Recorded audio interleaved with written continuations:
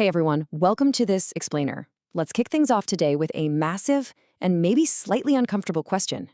When you're navigating the supermarket aisles or, just aimlessly scrolling through an online store, are you actually making your own 100% free choices? Or is the retail environment secretly making those choices for you? Well, buckle up because we're diving into the fascinating, heavily researched buyer's journey to figure that out. We're going to look at the hard data to reveal the invisible, subconscious forces that are quite literally dictating our purchases every single day. It's like a giant psychological puzzle, and we're going to piece it together. To do this, we're going to trace your exact chronological path through a store. We'll hit 1, the power of packaging, 2, winning the shelf war, 3, psychological sales tricks, 4, the decision and the sale, and finally, 5, post-purchase regret. So let's jump right in. Part 1, the power of packaging. You see, our journey actually begins way before you even lay a finger on a product, right at the exact moment of first visual contact. It's wild how presentation completely kills ambiguity for our brains.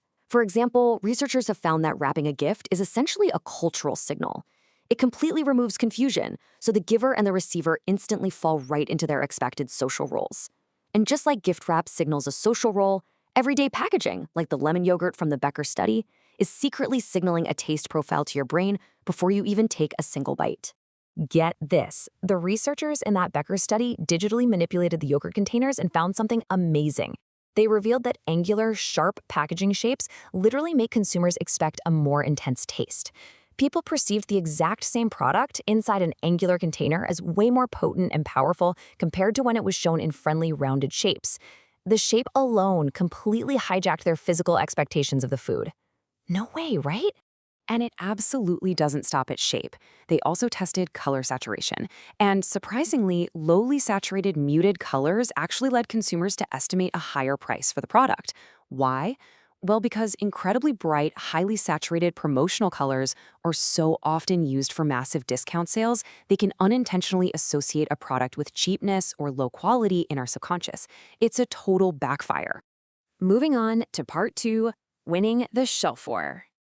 So once we get past the packaging itself, we hit the physical aisles, where there is a fierce psychological battle being fought just for your visual attention. The Atalay study actually used sophisticated eye-tracking tech to examine retail planograms, those super detailed diagrams that dictate exactly where products sit on a shelf. By tracking exactly where participants' eyes darted around, they proved that items placed in the dead center of a display array are chosen the most often. And here's the real kicker. This happens completely independently of the actual quality of the product. There's a fancy scientific term for this phenomenon. It's called the central gaze cascade, which is our natural tendency to focus more and more attention on the central option right before a decision is made. As you stand there weighing your options, your eyes just repeatedly lock on to the middle item. Right before you instinctively reach out and grab a box, your visual attention cascades and intensely zeroes in on that center option. Retailers know this for sure, which is exactly why center shelf real estate is so incredibly valuable. All right, part 3, psychological sales tricks. Okay, so once a product actually has your attention, the retail environment might throw a salesperson or a highly specific marketing message at you to actively disrupt your normal train of thought. Have you ever heard of the disrupt then reframe technique, or DTR? It's a remarkably effective tactic where a seller deliberately confuses you with a really weird statement, like asking for 300 pennies instead of just saying $3. Your brain kind of stalls out for a second trying to process 300 pennies, and then, right in that tiny moment of confusion, they reframe it by saying, it's a bargain. This elegantly short-circuits your brain's ability to form any counterarguments. To put into perspective just how well this works, a researcher named Kardes ran a field experiment selling boxes of Christmas candy in a European supermarket using this exact trick. The results? Staggering. An astounding 65% of shoppers who were given the disrupt then reframe pitch bought the candy, compared to just 44% in the normal, straightforward control group. Just a little bit of calculated confusion drastically spiked their sales.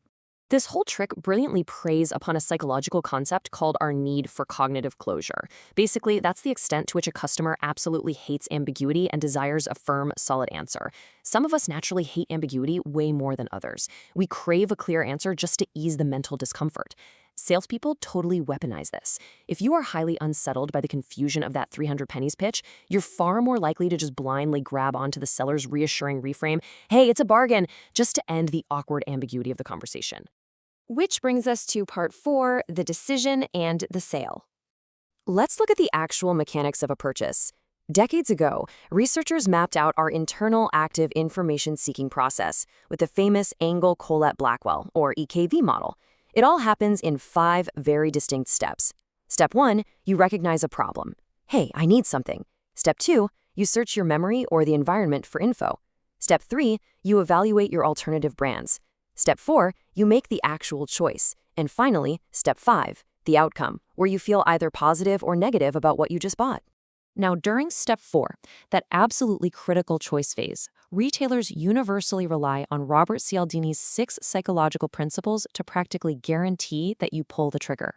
They might offer you a free sample to trigger a sense of reciprocity. They might show you an item as a bestseller to leverage social proof, or plaster "sale ends today" signs everywhere to create artificial scarcity. Combined with commitment, liking, and authority, these are systematic psychological nudges perfectly designed to finalize your choice.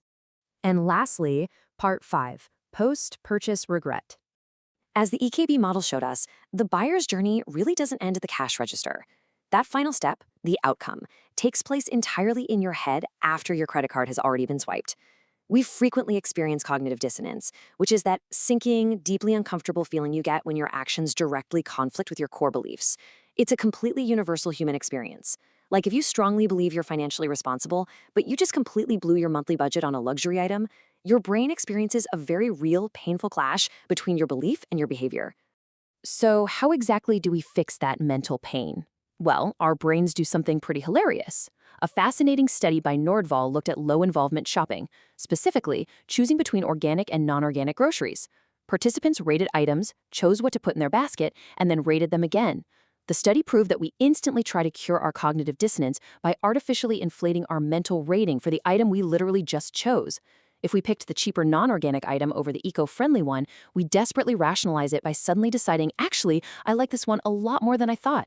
We literally alter our own preferences after the fact just to make ourselves feel better.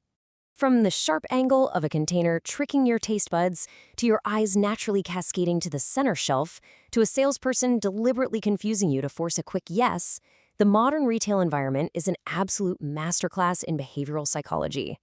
So, the next time you head out for a grocery run and you're finally unpacking those bags on your kitchen counter, I want you to remember these invisible forces and ask yourself one simple question. Who really made the final choice? Thanks so much for joining me for this explainer. I hope you walk away seeing the aisles just a little bit differently next time.